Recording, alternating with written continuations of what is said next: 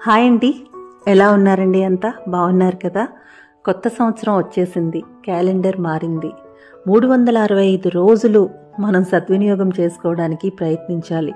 మనం ఏం చేయాలనుకుంటున్నామో అది ఈ రోజే, ఇప్పుడే స్టార్ట్ చేయాలి.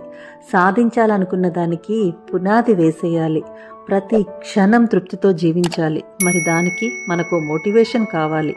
అది ఎక్కడి నుంచో రాదండి, మనం పెట్టుకునే లక్ష్యంలోంచి వస్తుంది. దానికోసం మనం చేసే కృషిలోంచి వస్తుంది. అది సాధించినప్పుడు కలిగే తృప్తిలోంచి వస్తుంది.